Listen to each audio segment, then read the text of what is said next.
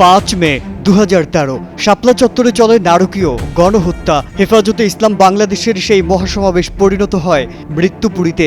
বিদ্যুৎ সংযোগ বন্ধ করে চালানো হয় বর্বরোচিত হামলা। এই শাপলা চত্বর নিয়ে সেদিন বিএনপি চেয়ারপারসন বেগম খালেদা জিয়া ফেসবুকে পোস্ট করেছিলেন।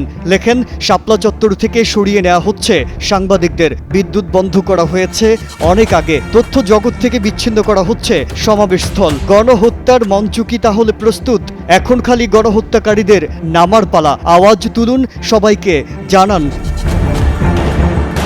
একজন ফেসবুক ব্যবহারকারী লেখেন, বাইতুল মোকাররম মসজিদের সামনের অংশ থেকে ঝাড়ু দিয়ে পানি দিয়ে রক্তের দাগ মুছলেও মন থেকে ক্ষত না শুকানোর নামই 5ই মে শাপলা চত্বর।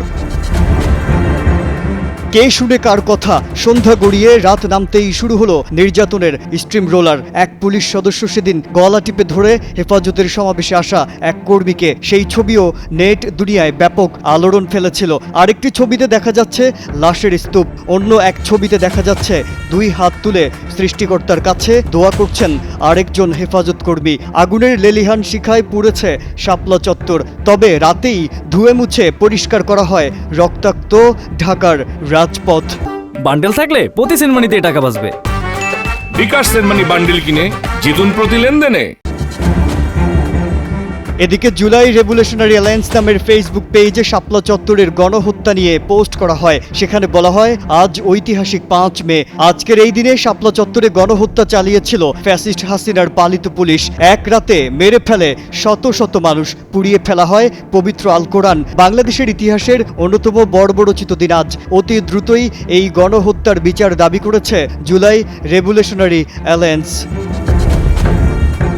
5 মে 2023 সালে আরেক ফেসবুক ব্যবহারকারী লেখেন, 2013 সালের এই দিনে বিদ্যুৎ সংযোগ বিচ্ছিন্ন করে রাতের আধারে ফ্ল্যাশ আউট নামে অগণিত কোরআনের পাখিকে গুলি করে হত্যা করা হয়। একটি কালো রাত, একটি রক্তাক্ত ইতিহাস, ইতিহাসের একটি কালো অধ্যায়।